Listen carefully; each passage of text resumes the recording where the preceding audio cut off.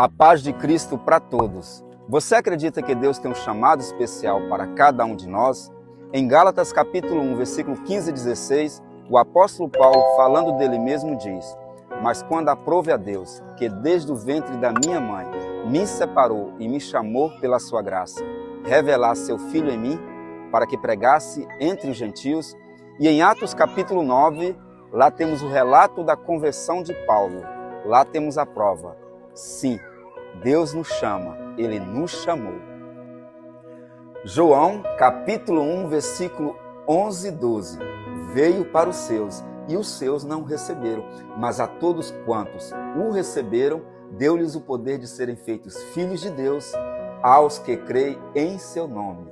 Você, eu, que cremos no Senhor Jesus e o recebemos como único e suficiente Salvador e Senhor, fomos chamados para sermos feitos filhos de Deus. Romanos capítulo 8, versículo 16 e 17. E o mesmo Espírito testifica com o nosso Espírito que somos filhos de Deus.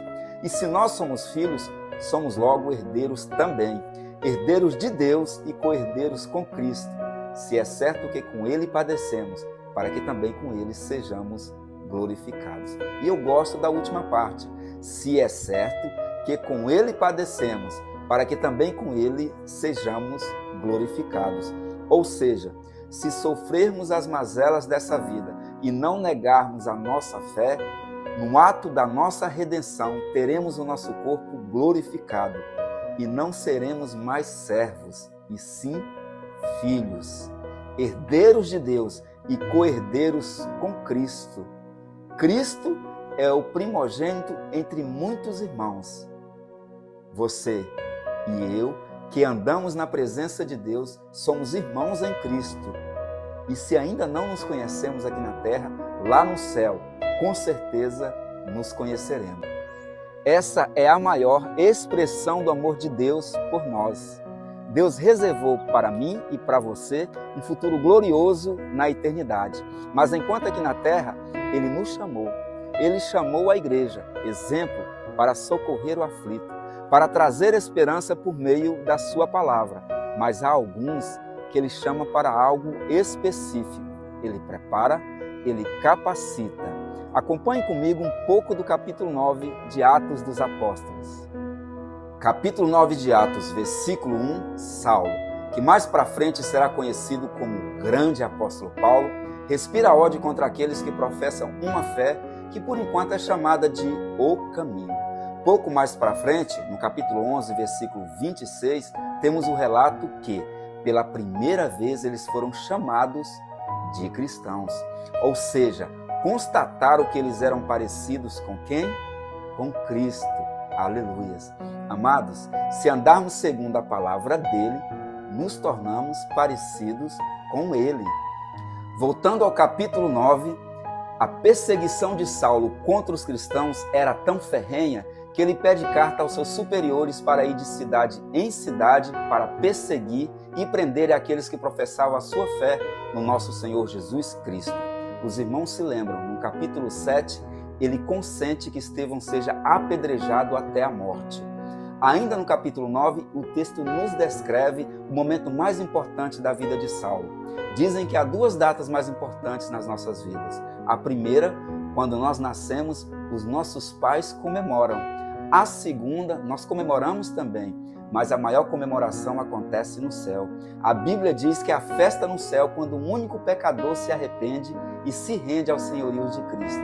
Aleluias. Jesus chama de um novo nascimento.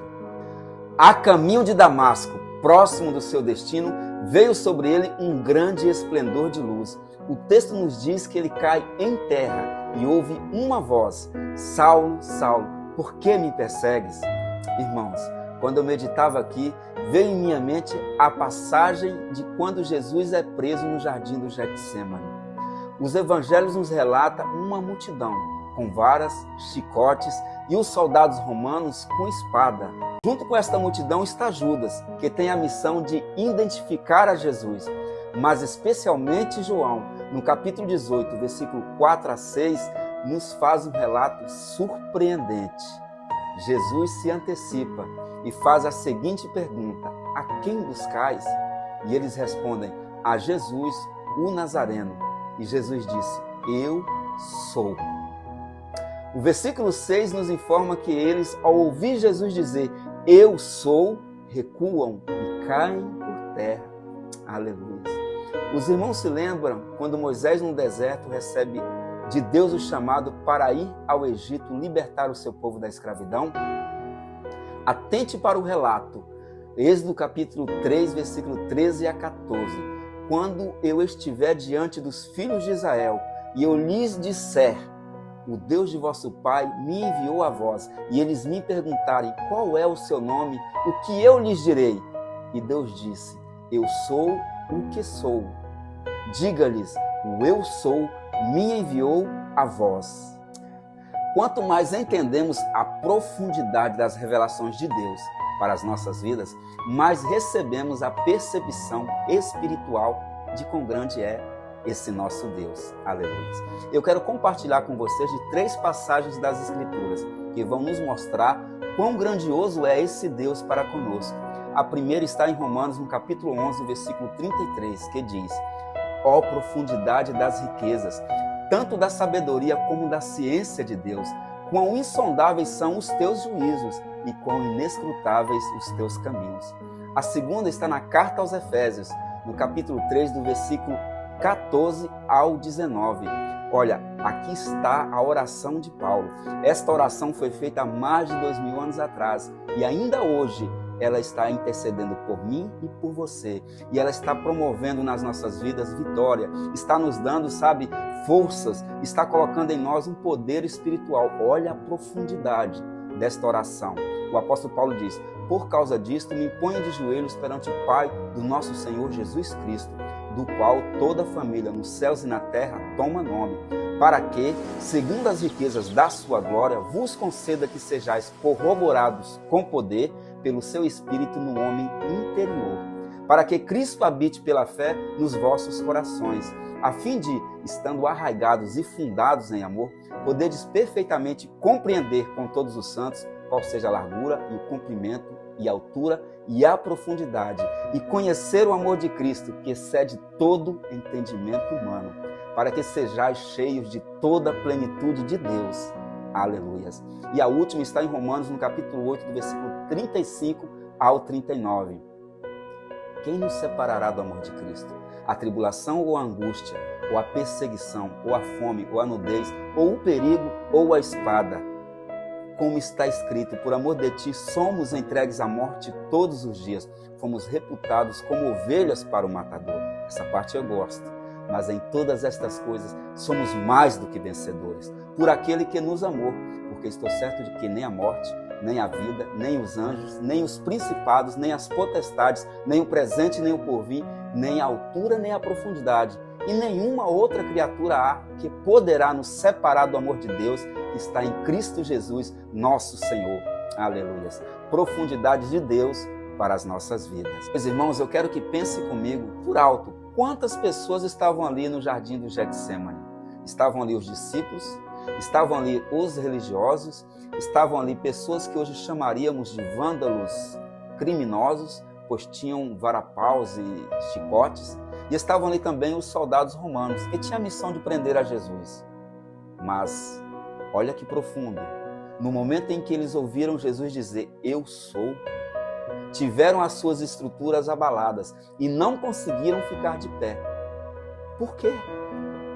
Nós entendemos agora, porque naquele momento Jesus havia dito as mesmas palavras que ele tinha dito a Moisés. Eu sou, isto há milênios atrás. Jesus vai esclarecer melhor lá no Apocalipse, capítulo 3, versículo 1, ele diz, eu sou o Amém, a testemunha fiel e verdadeira, o princípio da criação de Deus.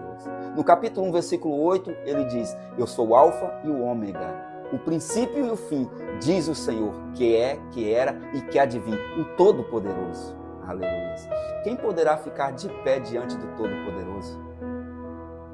João vai dizer, no capítulo 1, versículo 17, e eu, quando o vi, caí aos seus pés como morto. Não foi diferente de Saulo. Saulo, mediante a revelação do nosso Senhor Jesus Cristo na vida dele, caiu por terra um grande esplendor de luz, e ele ouviu uma voz, e a voz dizia: Saulo, Saulo, por que me persegues? E ele pergunta: quem és tu, Senhor? Eu sou Jesus a quem tu persegues. Interessante que naquele momento, Saulo vai se esvaziar de si mesmo. Aquele que antes ele perseguia, agora ele chama de Senhor. Aqueles que ele perseguia e levava preso para Jerusalém e consentia com a morte deles, agora ele vai morrer para proteger eles, para levar a palavra até a eles. Saulo vive uma conversão genuína, um milagre, um novo nascimento. E ele mesmo vai dizer, quando ele diz para nós: portanto, agora nenhuma condenação há para os que estão em Cristo Jesus, que não andam segundo a carne, mas segundo o Espírito. Apóstolo Paulo não sofria com as coisas que ele havia feito, porque agora ele era uma nova criatura. Não havia condenação, porque o sangue de Cristo lavou de todo o pecado. Aleluias. E agora também ele diz: olha, assim que se alguém está em Cristo, nova criatura é. As coisas velhas já passaram, eis que tudo se fez novo. É profundidade de Deus. Nós precisamos nos achegar a este Deus, viver essa profundidade, trazer esta palavra viva para os nossos corações, renovar dentro de nós e abraçar esta fé. A fé que faz com que o sobrenatural aconteça. A fé que faz com que nós vivamos aqui nesta terra, nos sentindo mais do que vencedores. Agora, o apóstolo Paulo, ele vai para a cidade, porque ele pergunta: o que eu devo fazer, Senhor?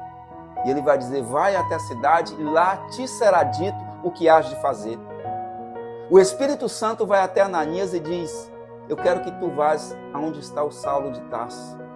Ananias, ele vai dizer para o Senhor: ó Senhor, eu conheço esse homem. Ele é carrasco, ele é perseguidor, ele consente com a morte dos teus servos. E Jesus vai dizer assim, olha, está lá no capítulo 9, versículo 15.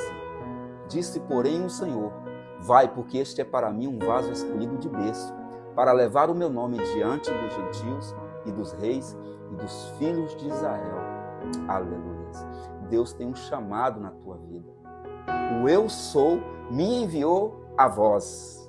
Glória a Deus. Desde a minha mocidade, eu ouço, por meio de promessas, profecias que o Senhor me chamou para falar do amor dele.